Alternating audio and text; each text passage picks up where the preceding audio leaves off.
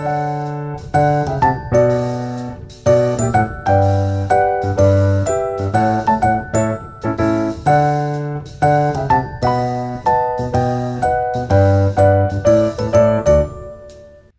んにちは、ネイジの猪俣です。いつもチャンネルをご視聴いただきありがとうございます。このチャンネルでは初心者様にも分かりやすいように丁寧に音声で解説する動画を配信しています。今回紹介する動画はロックミシンだけを使って薄手の生地で作るカーテンを紹介したいと思います。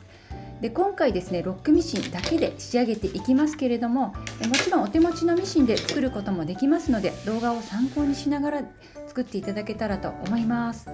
今回使用する生地はベストオブモリスから発売されている、昨年だったかな、新発売になったオパール生地という薄手の生地になります。こちらの生地を使ってロックミシンでまず裾を巻きロックで縫っていきます。そして、カーテンクリップがついている部分は3本ロックという風な縫い方を変えて紹介していきますので、そちらの方もご注目いただきながら動画の方最後までご覧いただけたらと思います。それでは早速始めていきましょう。このレースのような素材のオパール加工生地っていうのはどういうものかと言いますと、綿とポリエステルを混紡して、まずこの綿だけが焼き付けで溶けるような加工になってます。なので実際に残っているのがポリエステルの部分になるんですね。なのでこの透け感が出来上がっているというような形になっております。こういうねデザインのカーテンが結構販売されていると思うので、今度カーテンとか買い替える際に注目いただけたらと思うんですけれども、で昨年は私はストールの方を紹介させていただきました。で今年はですね、ぜひ部屋のカーテンを作りたいなと思ってロックミシンだけで作ることにしました。で今回のこの使用しているロックミシンなんですけれども、重機で販売されている MO3000 という最新型になります。こちらを使い始めてもう2年ぐらいになると思うんですけれども、非常にですね薄手縫いに強くてですね、特にこの巻きロックがとても美しいんですね。なのでそちらをねたくさん使っていきたいなと思って、今回も巻きロックの方を紹介させていただきます。で巻きロックは裾だけに使用しています。この巻きロックはですね、ウーリー糸というのを1本使うだけで、普通のコットンの糸を3本で縫うよりも1本真ん中に足すだけでだいぶね風合いの違う仕上がりになってきますので、そちらもぜひ参考にしていただけたらと思います。よくニットとか縫う際に使用するウーリー糸になります。そしてこのロックミシンの特徴としては押さえ圧がついてるんですね。これまで私が使用してたのはベビーロックだったんですけど、この押さえ圧はついていなかったんですよ。なので薄い生地に合わせて、この L というのが薄い生地に合わせた調整になっています。そして反対側にあるつまみはフロートになります。フロートっていうのはキルティングとかベルベットとか縫いずれしやすいもの、ニットとか伸びやすい生地を縫うときにあえて押さえを上げた状態で縫えるように設定できる機能になります。今回は通常使いになりますので2本見えるようにしておきます。そしてミシンの針は右側だけ1本にします。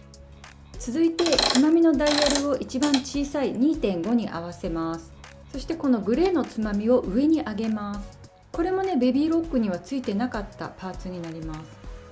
今度は右側にある3箇所のダイヤルの中から真ん中のところ、縫い目の長さを 0.7 に合わせま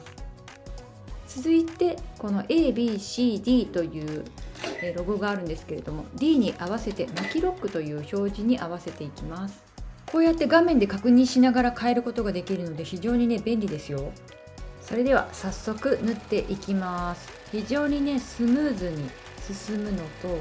ロックミシンがね綺麗に決まっていきますよ。これカットしながら縫っています。そしてこのロックミシンの一番大きな特徴としては自動糸切り機能がついてるんですね。これが非常に便利です。なくてもいいけどあったら便利な機能という感じです。今度は巻きロックを解除して3本糸1本針で縫っていきます。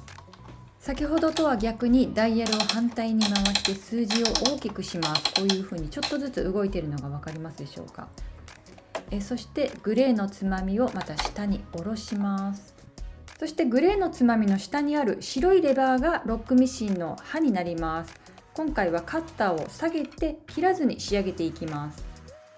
今回は手元で仕上げるためにですね、結構ズボラな作り方をしてるんですけれども、まずだいたい6、7センチぐらいで2つ折りにして、それを2つ折りにしているところです。生地裏面の状態ではなく表面の状態で仕上げていきます。そしてそのままずっと縫っていってるところですね。縫ってる面は裏側になるようになります。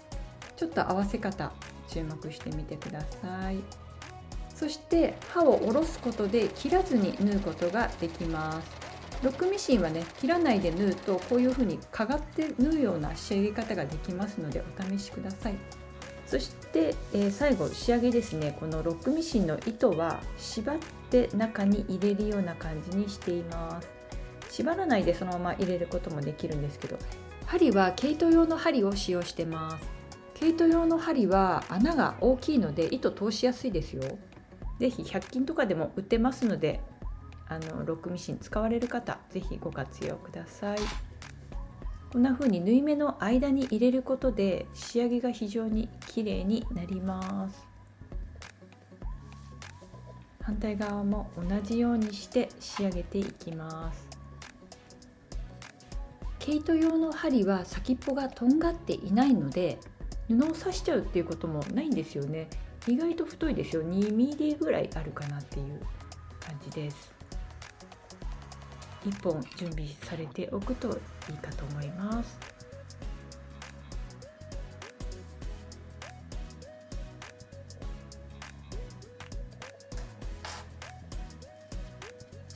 ということであっという間に完成しました。この上の部分はですね、例えば洋服の袖口のような仕上がりになっています。ちょっとリブっぽい感じに仕上げてみました。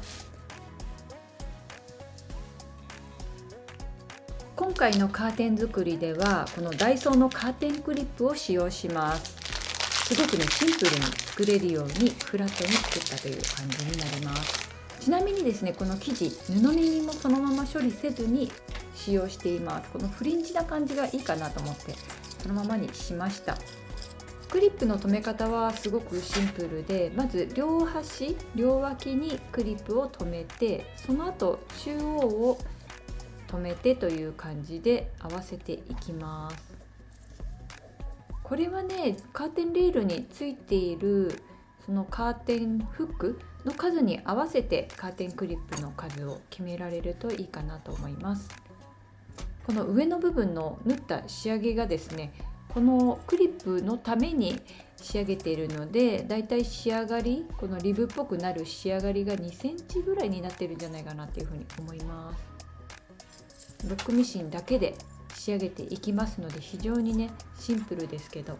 家庭用ミシンとかで作る場合はこの部分三つ折りにして際を縫うというような仕上げ方になってくるかと思います。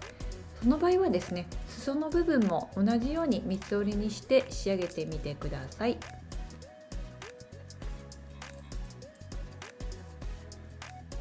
早速取り付けてみました。この窓ね、しばらくカーテンなしにしてたんですけど、そうしたらテーブルの上が焼けちゃったんですよね。やっぱり紫外線強いので、このカーテンでこれからは過ごしていこうと思います。で、今回ですね、たまたまなんですけれども左右の柄がちょうど合ってました。これ気がつかなかったんですけれども、できるだけこう柄があるときは合わせて裁断されるといいかなと思います。で、通常のですね腰窓タイプになりますので、今回の陽弱ですけれども120センチで製作をしております。よかったらロックミシンで作られる方はサイズの参考にしてみてください。最後までご視聴いただきましてありがとうございました。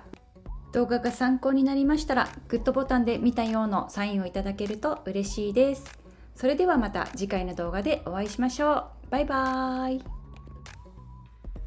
ネイジュ手作りのある暮らしではメンバーシップを始めることになりました。メンバーになると月額の課金はあるんですけれども3つ特典をご用意させていただいております。1つ目は2時間ほどのオンライン講座にすぐアクセスして見ることができます。2つ目は動画で紹介している作品のキット販売がある場合、抽選販売にご参加いただけます。3つ目の特典は編集が早く終わった際にはですね、一般公開より前に先行公開させていただく場合がございます。ぜひご検討いただき、概要欄の方からチェックしていただけたら嬉しいです。あとおすすめの手芸道具なども概要欄に記載していますので、よかったら時々チェックしてみてください。